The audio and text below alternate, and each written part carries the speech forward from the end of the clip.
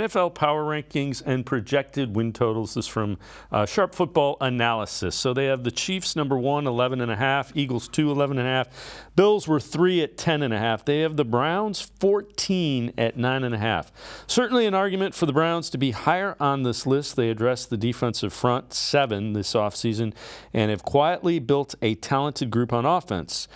They have the roster to win if Watson can return to form following a full offseason. And, Corey, there we go again.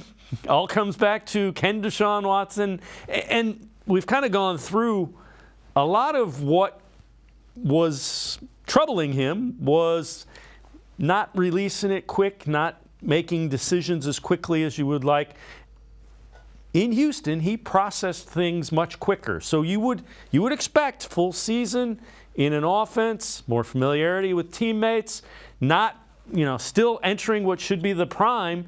You would expect him to come back towards, as we've been saying, the mean, and not going at the top where he was in 2020, but a whole lot closer to that than he was last year. Yeah, and again, we've talked about it a lot on the show already about having to flip an offense on their head 12 weeks into the season, but that even comes down to pre-snap responsibility in Houston. He was responsible for calling protections. He was allowed to. He had the liberty to audible, all these things, but when you are entering an offense 12 weeks into the season, those are things that he didn't have last year. As him and Stefanski were still getting their bearings with one another. That's not going to be the case again this year. So again, comfortability, but also control. He should have much more control of the offense this season, and I think that will benefit him greatly. And again, there's 7 playoff spots per conference. There's 14 playoff spots. Like, all you need to do is be 7th in the AFC, and you have that lottery ticket. And again, we're talking about just getting that lottery ticket because the parity once you get into the playoffs is so razor thin. Again, you don't want to be 7. You don't want to be in that bottom seed, but as long as you get in, you punch that lottery ticket, and anything can happen. So again, progress back to the mean. Hopefully a little bit more. Hopefully we get back to where we were. But I would say control of the offense is key. But again, all on Watson. Yeah, and I would imagine Kevin Stefanski gives him a whole lot more freedom than he did either Jacoby Brissett or Baker Mayfield, because this is a guy he wanted. If you think about it, he's one of the guys that wanted Deshaun Watson as his quarterback.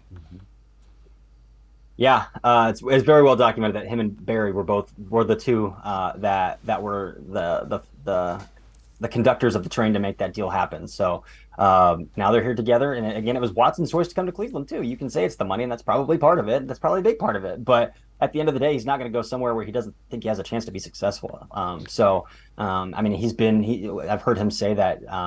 In a spaces with his quarterback coach, that he thinks Stefanski is one of the brighter play calling guys in the league, and I would say there's data to back that up as well about win probability added based on 4th down decisions, 3rd down decisions. So I think they're right where they need to be. I believe in this regime, I really do. But again, I think we're at a point where if they don't win this year, then there's not going to be much to believe in with this regime, because I don't know if they'll be around anymore. But top 7 in the AFC, that's all you need.